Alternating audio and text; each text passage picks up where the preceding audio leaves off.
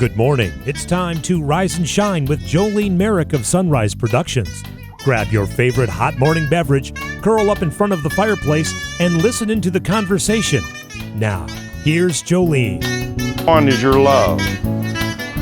Arise, shine, for your light is come, and the glory of the Lord has risen upon us here in Maui, Hawaii.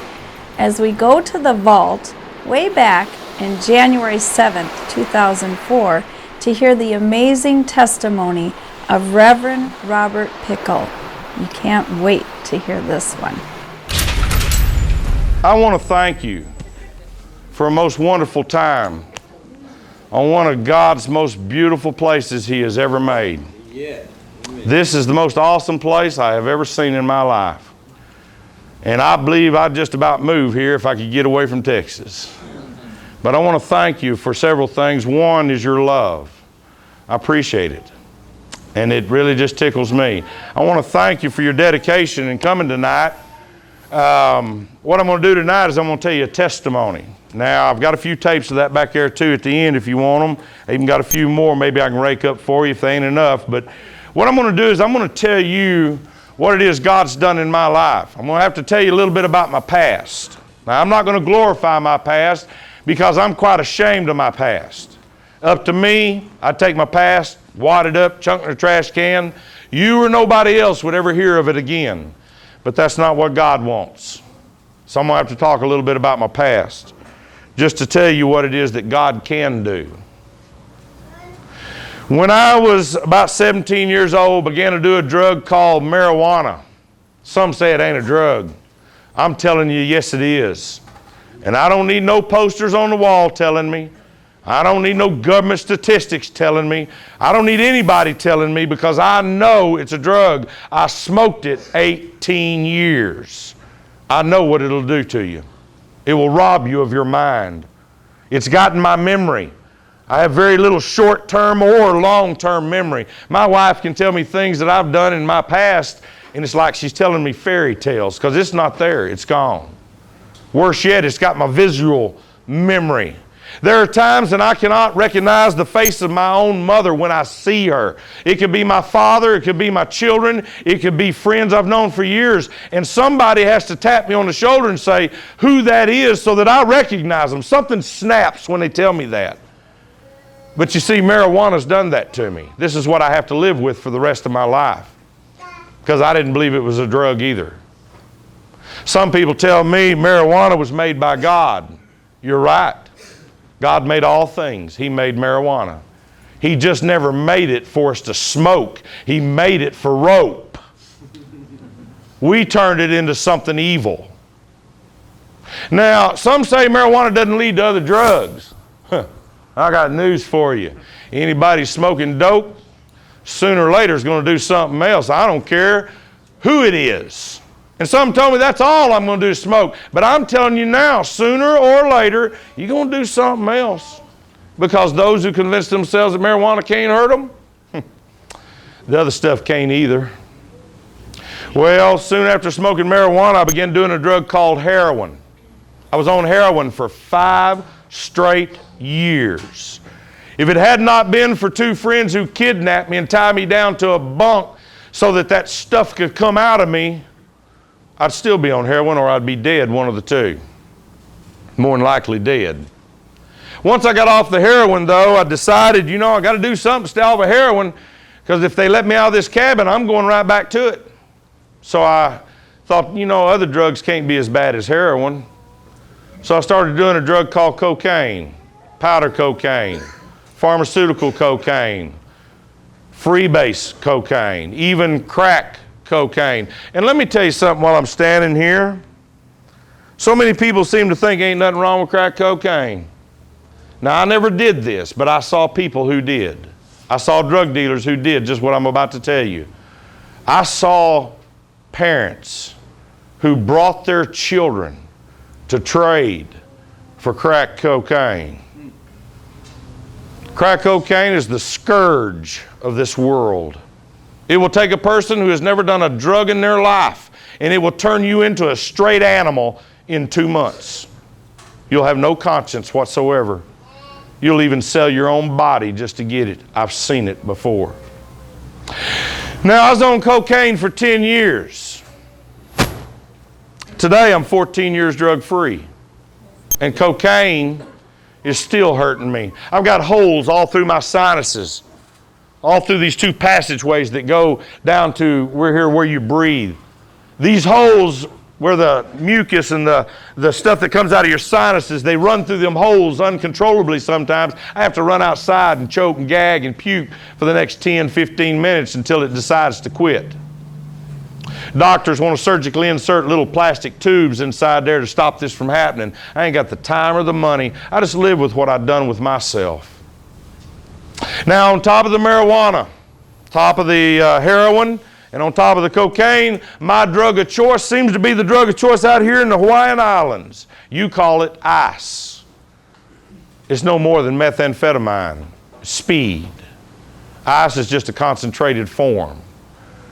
But I was on speed, methamphetamine, for 18 straight years. First year I put methamphetamine in my body. In fact, the very first year I began doing drugs, I didn't just eat them, smoke them, drink them, or pop them. I put drugs in needles. And then I put the needles in my arms. I put them in my arms to the point where my arms would not take the needles no more. They turned hard as leather. I had collapsed veins, abscesses. I had blowed out spots. But when my arms wouldn't take the needles no more, you think I stopped? No, I just went to my legs. And when my legs wouldn't take the needles no more, I stuck them in my neck. And some people tell me that they won't do that. The first year I used a needle, I went from 250 pounds to 105 pounds. You could see every bone in my body. My face, you could see the skeleton. I used to pick at the sores that come up on my body, because this is what happens when you do drugs, because your liver begins to shut down. So did mine. And when it did, the sores began to pop up, and I used to dig in them with my fingers. When my fingers wouldn't get deep enough, I broke out the buck knife and I went to digging with it for a while.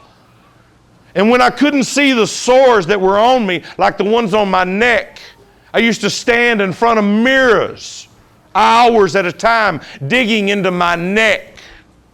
And if you think I'm lying, you can come up here anytime you want. Look at the white spots on my neck where I dug the pigment of the skin out. And some people tell me, I'll never get that far. I got news for you. You don't have any choice. The drug will take you there. Now, some say, well, there's other drugs. They ain't as bad as these. I've done them all. I ain't bragging. I've done them all. Tulinol, Seconal, Methaquay, Soma, MDA, ecstasy, all the designer drugs, mescaline, acids, paper, LSD, sugar, Sherm, you name it, I've been on it. Some short periods of time, some long periods of time. Methamphetamine, 18 straight years. On top of all this, I'm an alcoholic. I called myself a social drinker. Started with one beer. One beer always leads to two. Two will always lead to the six-pack. Six-pack will always wind up at a case. And when the case of beer don't get what you want, sooner or later you're going to the wine and the liquor. I used to wake up on pool tables, under pool tables in the streets. I woke up in places I don't even know who they were. I drank just to enhance the drugs. I was an alcoholic.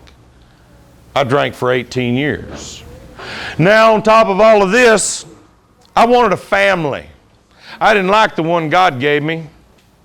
So what I did was I joined gangs. At 17 years old, I joined my first gang called the New Centurions out of Dallas, Texas. A motorcycle gang. I was with them for 3 years. But they wasn't violent enough. So I left that gang, and me and a guy in the gang called Steve Burton, we went to Odessa, Texas. And we created a gang called the Vagabonds. It was vicious. We used to hurt people just because we knew we could. That was our way of life. After 5 years in that gang, a task force was put together in Odessa, and they came and they busted us up. Some went to prison, some of us just scattered. I went back to Dallas, and I joined another gang, an underground gang, a no-patch gang called the Brotherhood. It still exists today. One of the most fiercest gangs you ever met in your life. These people murder for hire. Now, praise God. The one thing I have never done is murder someone. But I come close. And I have seen it. I know what I'm talking about. That was my way of life. Hatred. I loved no one. I hated my wife. I hated my children. I hated my mother, my father. I loved no one. Fighting to me was as much a drug as anything else I ever done. And I didn't care if it was 1, 2, 5, or 10. It didn't matter to me. More the merrier. I used to go in bars just so I could pick fights. And it didn't matter whether I whooped them or they whooped me. It didn't matter. I just liked fighting. I loved hatred. The last 4 years I was on drugs. I met a man in Texas, one of the biggest drug dealers I ever knew. They called him Slim. The man taught me how to manufacture methamphetamine. I'm no longer just dealing drugs. Now I'm manufacturing meth. I produced at one time as much as 200 pounds of methamphetamine in 1 year. My income went from near nothing to hundreds of thousands of dollars, in the millions. When I was arrested 4 years later, I had approximately $4 million buried. Now, when I got through after those 4 years of manufacturing, one thing I learned was I could have no family while I was manufacturing. I could have no friends, because there ain't no such thing as friends while dealing drugs. Ain't no such thing. Everybody's greedy. Everybody wants the dope. Everybody wants the money, and they'll do whatever it takes to get it. So you ain't got no friends. I could have no family. I used to move every 24, 48 hours from that pickup truck, from the motel room, and I traveled from New Mexico to Oklahoma, to Arkansas, to Louisiana, to Texas, and for 4 years, that's the circuit I made, manufacturing and dealing. At the beginning of 1989, I believe it was somewhere around January, I retired. I quit manufacturing dope. I'm finished. Destroyed the lab, destroyed the chemicals. I destroyed it all. I didn't quit doing dope, I just quit manufacturing. I was tired. I was tired of being chased. I was tired of being hunted. I've been in more knife fights, gun fights. I had many people who tried to kill me. I've been knifed. I had one brother, one friend that took with me in Antlers, Oklahoma. He threw a rope around my neck when my back was turned, choked me down, thought he had me dead, bagged me up in a garbage bag, put me in the back of a pickup truck, and dumped me in a dump in Antlers, Oklahoma. By the grace of God, I'm alive today. But back then, you know what? I didn't know that. I just thought I was the baddest thing that ever lived on this earth. You can't hurt me. That's the way I believed. When I retired in 1989, 6 months into my retirement, come June 27th, 1989, here they come. I was living in Valonia, Arkansas on a mountainside in what I call my retirement house. Here they come. DEA, FBI, local drug task force, highway patrol, sheriff's department, local PD, you name them. They was all there. 37-man drug task force. It was the largest bust in the state of Arkansas in 1989. It made both major newspapers in the state of Arkansas 16 times. When they took me to the county jail that day I was arrested, they took me to my arraignment. I don't know if you know what an arraignment is, but when you're arrested, an arraignment is where they tell you what your charges are going to be, and they tell you what your bond is going to be. The judge, his name was Donovan, Judge Donovan. He was a circuit judge. He didn't tell me neither of those things. What he did was he got out from behind his desk, he walked up to me, stuck his finger in my face and said, "Son, I'm going to give you 3 life sentences. And guess what? I get to be the man who's going to stack them. Now, what that man had told me was, in the state of Arkansas, 1 life sentence, a minimum of 20 years before you can get a parole. But when he said he was going to stack them, that meant when I did that first 20, and if I get a parole, I can start my second 20. And if I can get a parole on that one, I can do my third 20. That's 60 years minimum on 3 lives. I was 35 years old when he told me that. You know what? If he'd have got to do it, I don't believe I'd have ever come out of prison. But you know what? I was either too stupid to realize what the man told me, or I just didn't care because I thought I got too much money. I got too much power. You can't hurt me. What he did do was he made me mad, though. When they stuck me back up in that bullpen with them other 40 fellas, I began to beat on people. I was fighting, and I didn't care who, and I didn't care how many. And they realized that if they didn't get me out of that cell, I was going to hurt someone. So they took me out, and they put me in another cell by myself. And now I let my mouth take over. I was vulgar. I didn't curse every other word. I cursed every word. And if they went to sleep and I woke up, I went to cursing them some more. I went to screaming and hollering. They'd bring me food. I'd throw it right back at them. Well, they couldn't stand that more than a week. So finally the jailer came and he took me out of the jail. They put me in a squad car and took me to another county jail in the state of Arkansas and let them take me for a while. Well, about 7 days was about all they could stand. So they began to ship me once a week from county to county to county to county. In 8 weeks, I went through several county jails.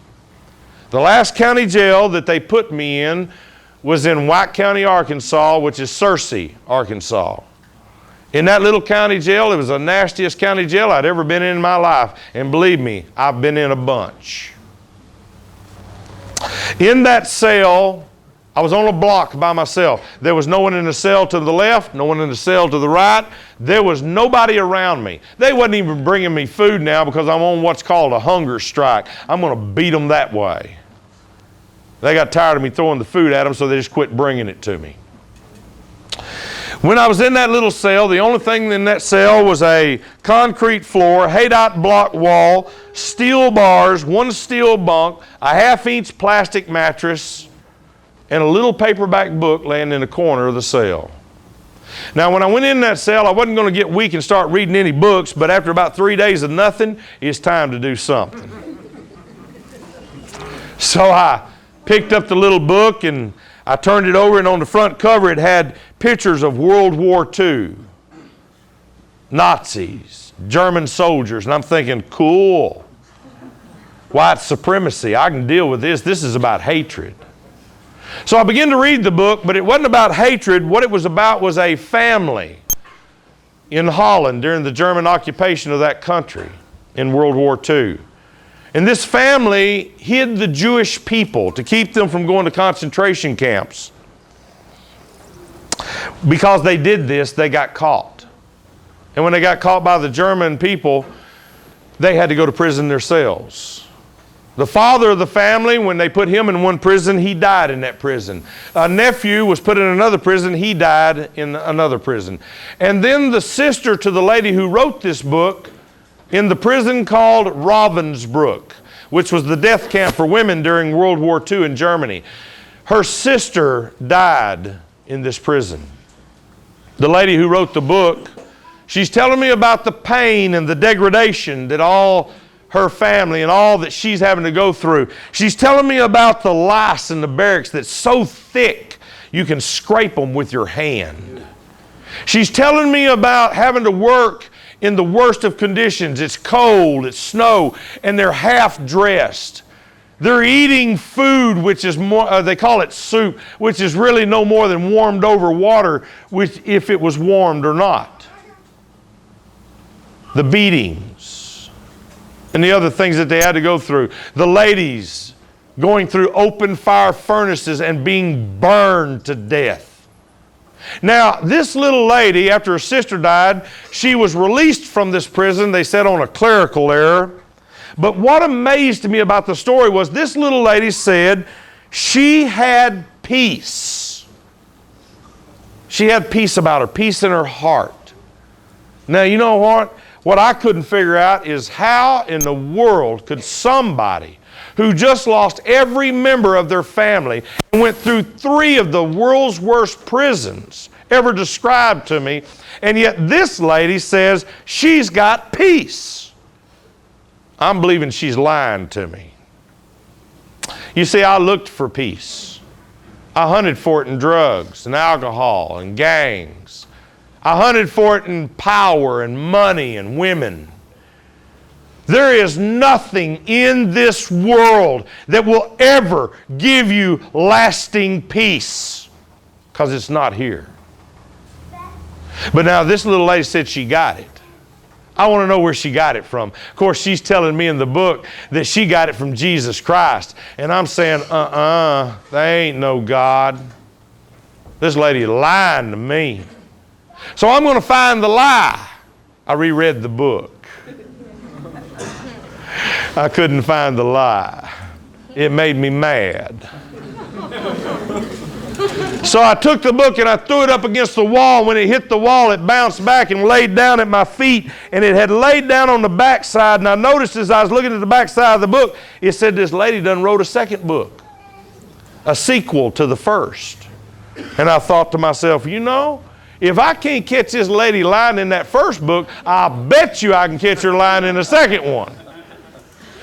So I went to hollering for the jailer. I want a phone because I'm going to call someone to find that little book for me. And I started hollering. It took me about a day, but he finally came back here and he gave me a phone, and I called, guess who? Mama. I ain't talked to my mama in 2 years.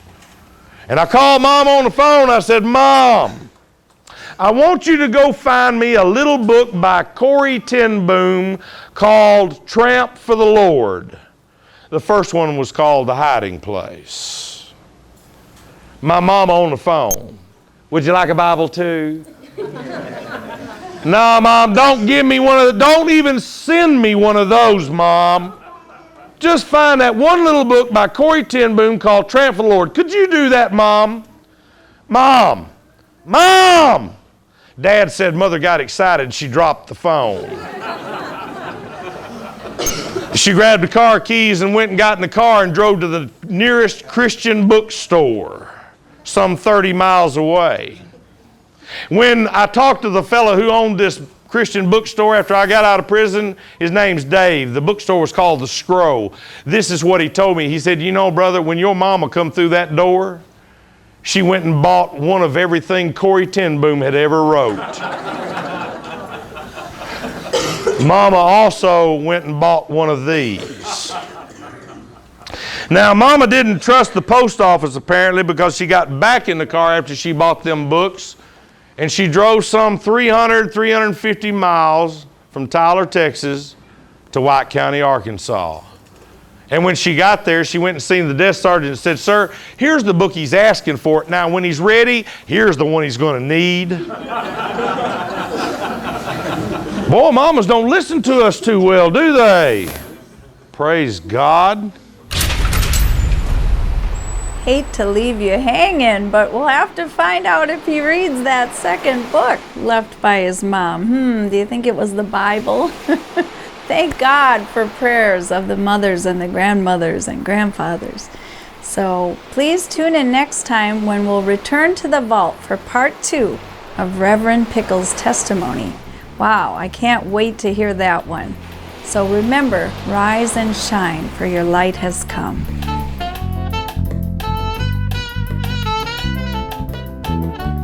You've been listening to Rise and Shine with Jolene Merrick. We'd love to hear how this program has impacted you. Visit our website at sonriseproductions.com. That's SONRISE Productions.com under the tab Rise and Shine Radio Show. You can also order a CD or MP3 file of today's show by visiting the Store tab on the website. Thank you for listening, and have a blessed week.